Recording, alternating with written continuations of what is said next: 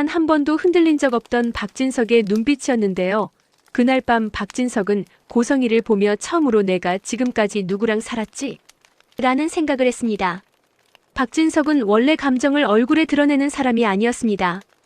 회사에서도 집에서도 늘 침착한 척, 괜찮은 척 버텼는데요. 그런데 이상하게 그날은 숨이 제대로 안 쉬어지는 느낌이 들었습니까? 낮에 비서가 회장님 외부에서 연락이 왔습니다라고 전해준 한 통의 전화가 박진석의 가슴을 계속 눌러왔거든요. 그 전화는 단순한 확인 요청처럼 들렸지만 박진석에게는 가족의 뿌리를 통째로 흔드는 통보였었습니다. 박진석 회장님 맞으시죠? 과거 지은우라는 이름으로 사망신고가 접수된 기록이 확인됐습니다. 그런데 현재 생존 정황이 있습니다. 당시 신고 과정에 비정상 정황이 있어 확인이 필요합니다. 박진석은 전화를 끊고도 한참을 멍하니 있었는데요. 지은우라는 이름이 낯설지 않았습니다. 최근 들어 고성의 주변에서 그리고 의미심장한 소문들 속에서 계속 들려오던 이름이었거든요. 무엇보다 박진석의 머릿속을 맴도는 건 사망신고였습니다. 가족에게 사망신고라니요. 그건 보통 사람이 할 수 있는 일이 아니잖아요. 박진석은 처음엔 누군가의 모략이라고 생각해보려 했지만 곧 자기 자신이 웃기게 느껴졌습니다. 고성희를 옆에서 지켜본 세월이 있었는데 고성희가 그럴 사람이라는 가능성을 완전히 지울 수 없었거든요. 집에 들어서자 고성희는 평소처럼 우아한 목소리로 박진석을 맞았습니다. 고성희는 미소를 지으면서도 박진석의 표정을 한번 쓱 훑었는데요. 그 짧은 시선에 박진석은 소름이 돋았었습니다. 마치 오늘도 내가 당신을 통제할 수 있나 확인하는 눈빛 같았거든요. 여보, 오늘은 일찍 오셨네요. 무슨 일 있어요? 고성희의 말투는 다정했지만 박진석은 그 다정함이 오히려 낯설었습니다. 박진석은 소파에 앉지도 않고 거실 한가운데에 그대로 서서 고성희를 바라봤습니다. 고성희는 그 시선이 불편한지 찻잔을 들고 주방 쪽으로 몸을 돌렸는데요. 박진석은 그 순간 더는 기다리면 안 되겠다는 생각이 들었습니다. 고성희.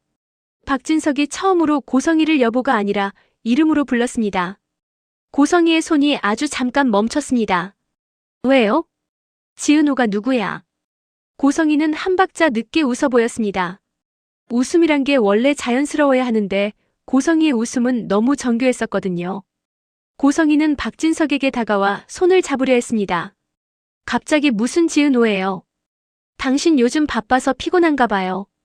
박진석은 손을 빼지 않았습니다. 그런데 그게 더 이상했는데요. 박진석이 손을 빼지 않자 고성희는 오히려 안심한 듯 했거든요. 마치 아직 내 남편은 내 편이라고 판단한 표정이었습니다. 그 순간 박진석은 속이 뒤집히는 기분이 들었습니다. 고성희에게 결혼은 관계가 아니라 소유였다는 걸 이제는 인정할 수밖에 없었습니다.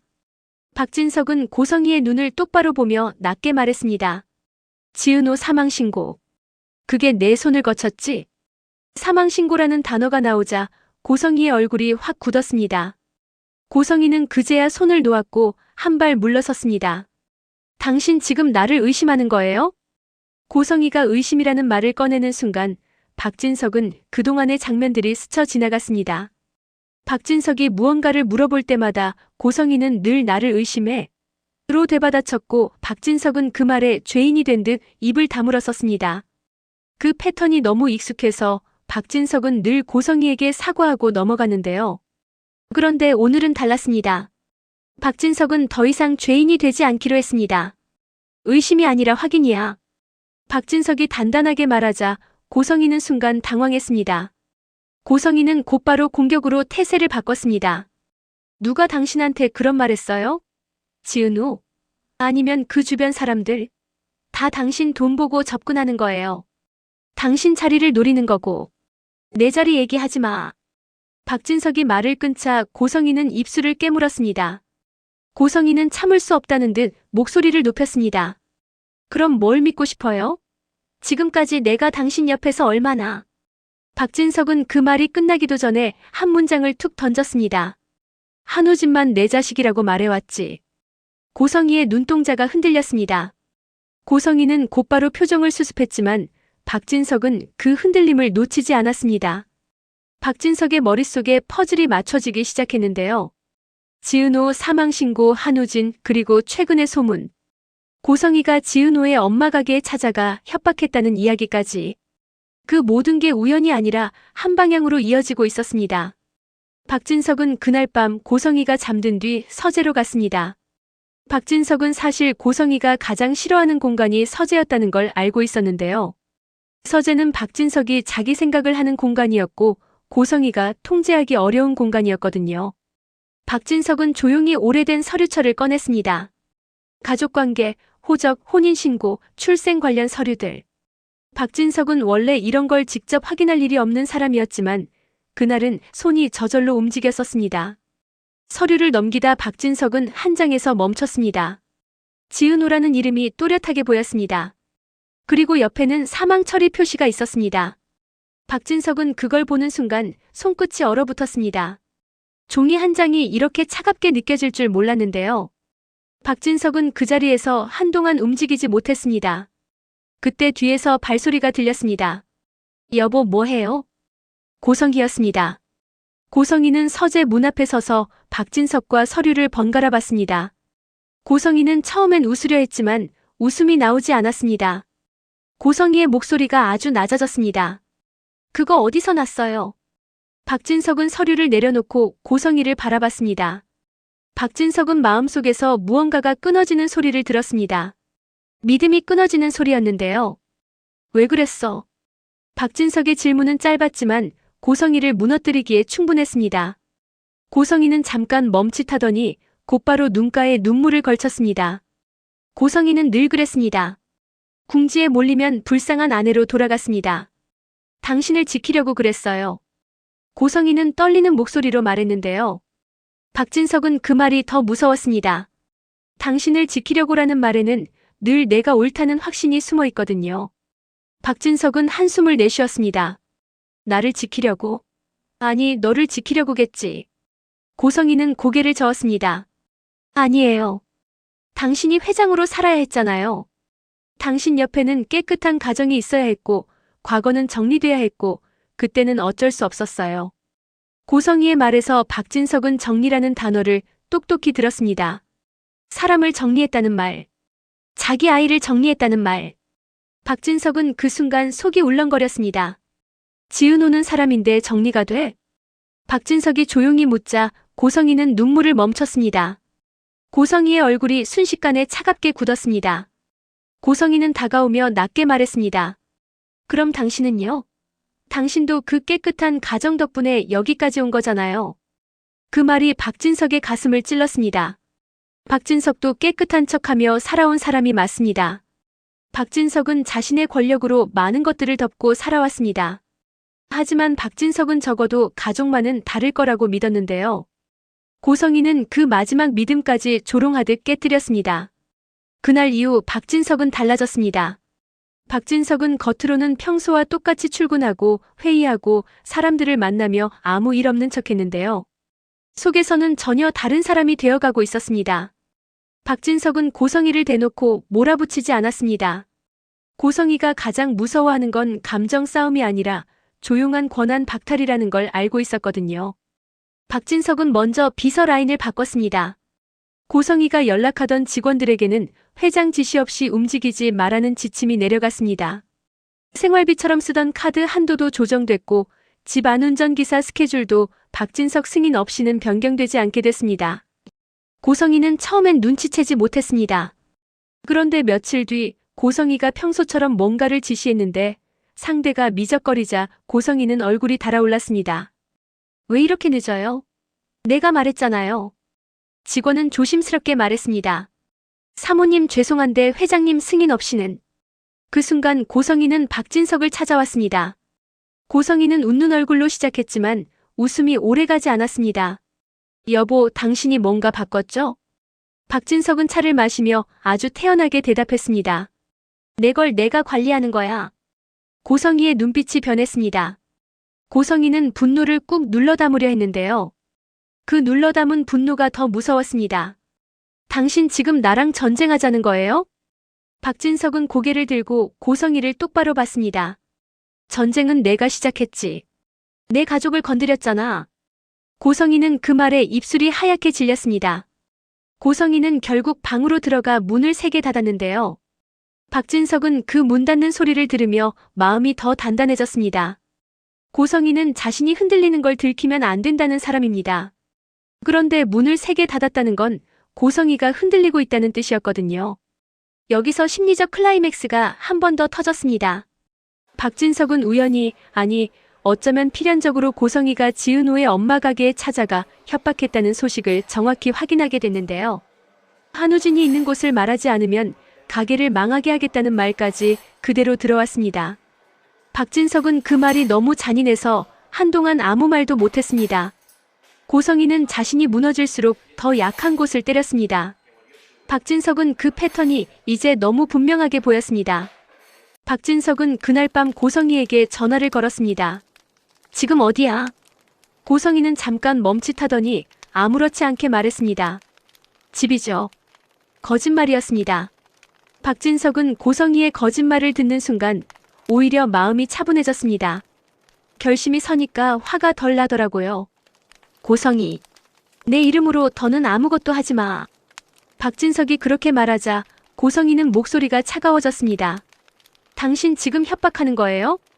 박진석은 낮게 말했습니다. 내가 지은호 가족 앞에 다시 나타나면 내 허용 없이도 세상에 다 공개할 거야. 지은호 사망 신고부터 그 과정에서 누가 움직였는지까지. 고성이는 잠깐 조용해졌습니다. 그리고 아주 낮게 웃었습니다. 그 웃음이 사람을 얼게 만들었는데요. 당신도 같이 죽을 텐데요.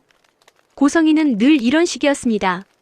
상대에게 너도 공범이라는 족쇄를 채워서 같이 끌고 가려 했습니다. 그런데 박진석은 이번엔 흔들리지 않았습니다. 그래, 같이 죽자. 대신 내가 먼저 무너지는 걸 내가 보겠다. 박진석의 말이 끝나자 고성이는 전화를 끊었습니다. 그날 밤 고성이는 집으로 돌아왔지만 그 미소는 예전의 미소가 아니었습니다. 고성이는 박진석이 무너지길 바랐는데요. 박진석이 무너지지 않았습니다. 그 사실이 고성이를 미치게 만들었습니다. 그리고 지은호 쪽에서는 또 다른 긴장이 이어지고 있었습니다. 지은호는 고성이에게 우진이가 새 삶을 살 수 있게 내가 도와줬다고 말했고 고성이가 준 10억을 한우진에게 줬다고 했잖아요.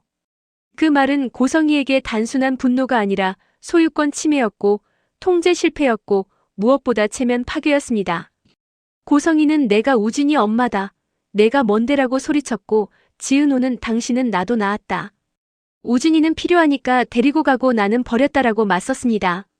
그 대치가 끝난 줄 알았는데요. 사실 그때부터 진짜 전쟁이 시작된 겁니다. 박진석은 그 사실을 이제서야 깨달았습니다.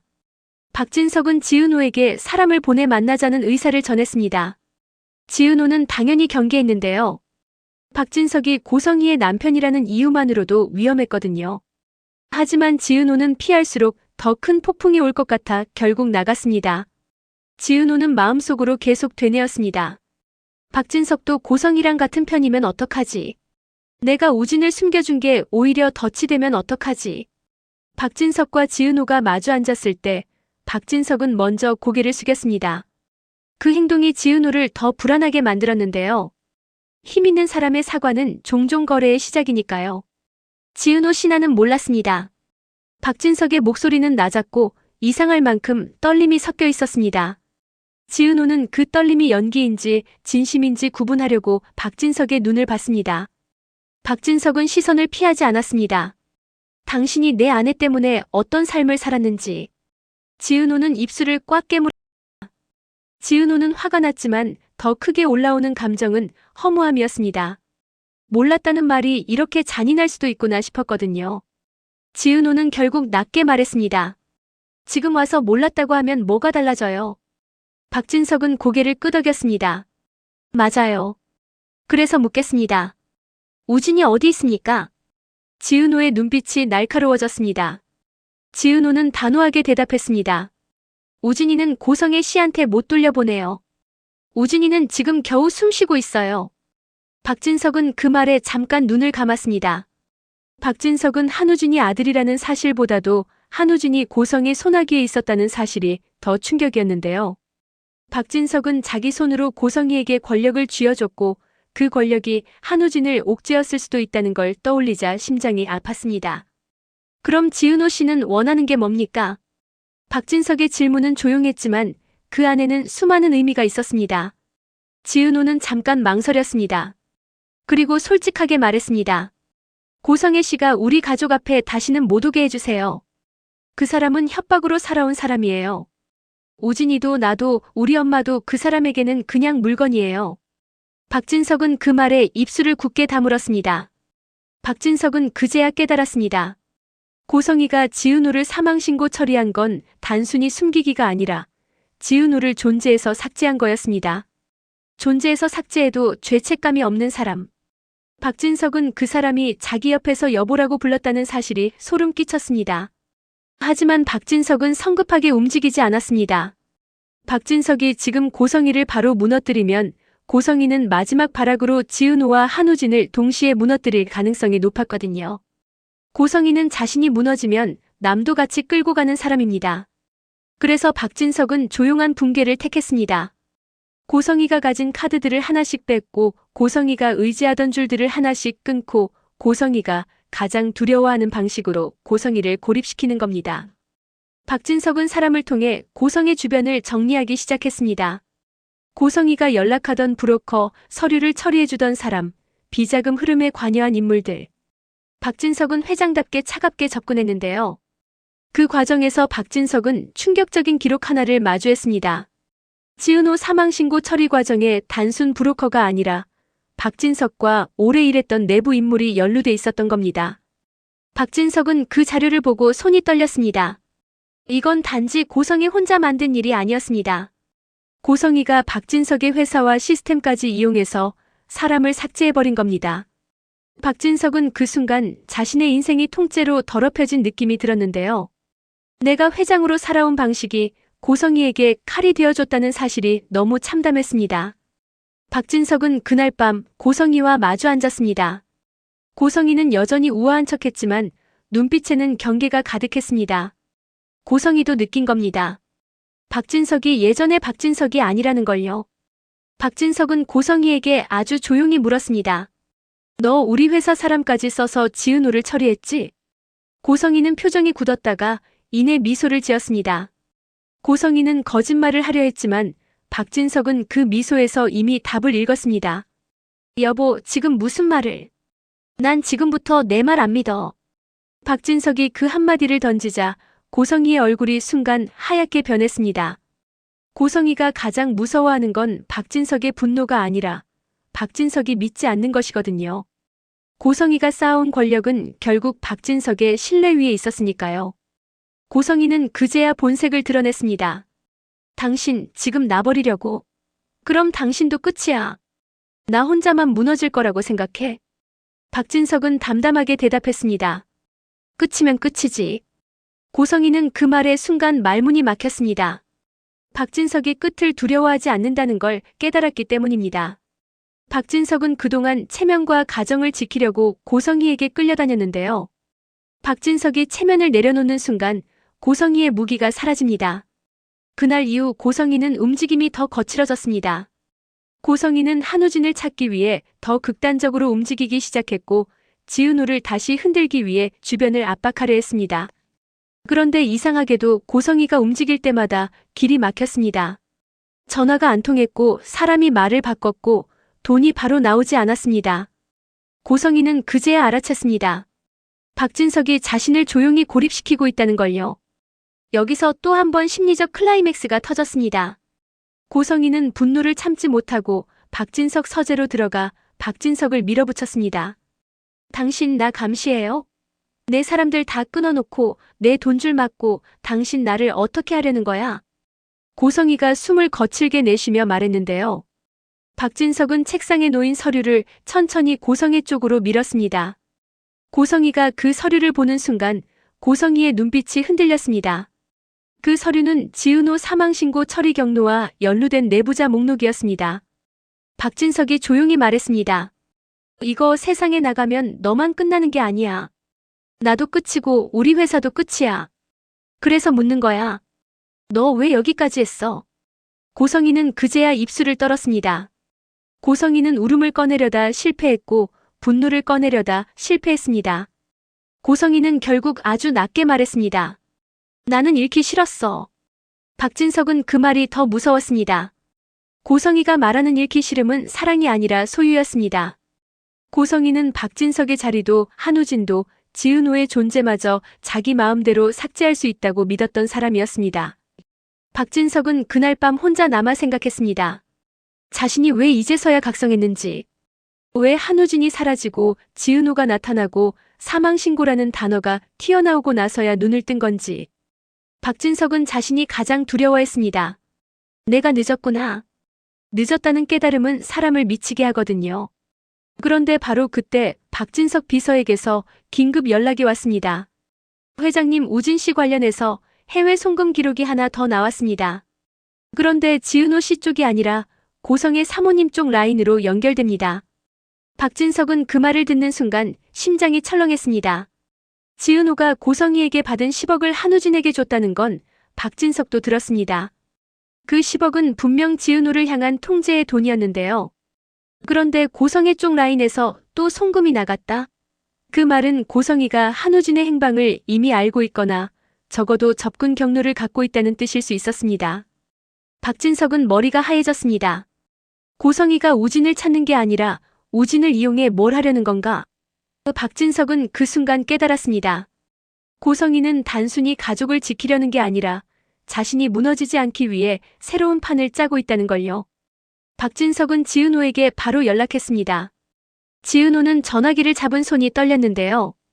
지은호는 박진석이 어떤 의도로 전화하는지 두려웠습니다. 지은호 씨, 지금 우진이 안전합니까? 박진석의 목소리는 급했지만 지은호는 함부로 대답할 수 없었습니다. 지은호는 박진석을 믿어도 되는지, 박진석이 정말 고성이와 다른 사람인지 계속 의심했습니다. 지은호는 조심스럽게 말했습니다. 왜요? 무슨 일이에요? 박진석은 숨을 고른 뒤 말했습니다. 고성이가 우진이 쪽으로 길을 찾은 것 같습니다. 나도 확신은 없지만 움직임이 잡혔습니다. 지은호는 그 말을 듣는 순간 숨이 막혔습니다. 지은호는 한우진을 숨겨준 게 구원이라고 믿었는데요. 그 구원이 다시 덫이 될까봐 무서웠습니다. 지은호는 고성이의 잔인함을 알고 있습니다. 고성이는 필요하면 사람을 지우는 사람입니다.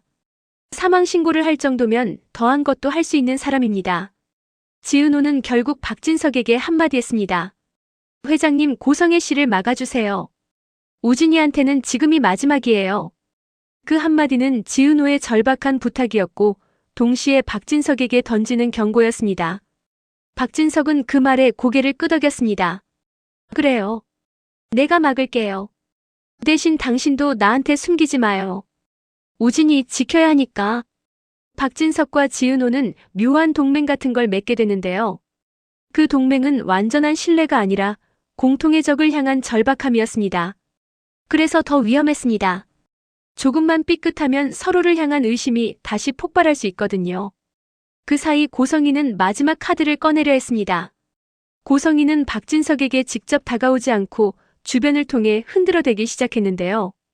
회사 내부에 남아있는 사람들을 움직이고 박진석의 약점을 찾아내고 박진석이 체면을 포기했다고 믿는 순간 더 잔인하게 찔러올 준비를 했습니다. 고성이는 자신이 무너질수록 더 독해지는 사람입니다. 박진석은 그걸 알기에 더 조용히, 더 단단하게 움직였습니다. 박진석은 고성이를 바로 무너뜨리지 않았습니다. 박진석은 고성이가 가장 사랑하는 것부터 뺏기로 했습니다. 통제감과 확신입니다. 박진석은 고성이가 움직일 때마다 막았고 고성이가 사람을 부르면 사람이 안 오게 했고 고성이가 돈을 빼려 하면 지연되게 했습니다. 고성이는 점점 숨이 막히는 얼굴이 되어갔습니다. 그리고 마침내 고성이가 폭발했습니다.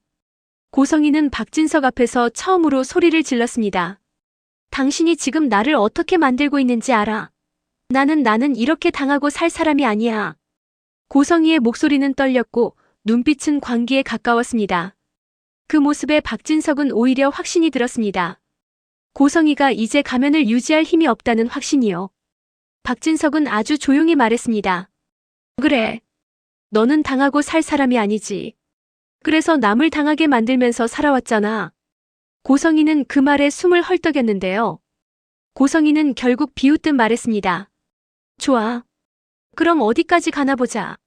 나 혼자만 무너질 거라고 생각하지 마. 그 말은 협박이었고 동시에 예고였습니다.